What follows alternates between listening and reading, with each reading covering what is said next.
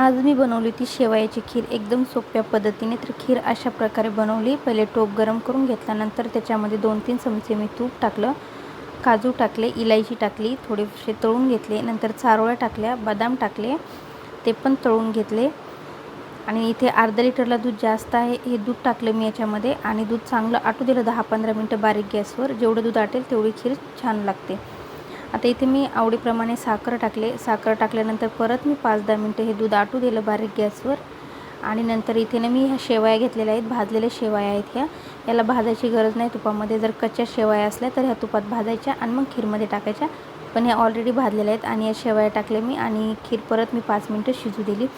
नंतर गॅस बंद करायच्या अगोदर मी इथे केसर आणि इलायची पावडर टाकली. ते टाकल्यानंतर परत मी 2 मिनटं गॅसवर बारीक गॅसवर खीर शिजू दिली.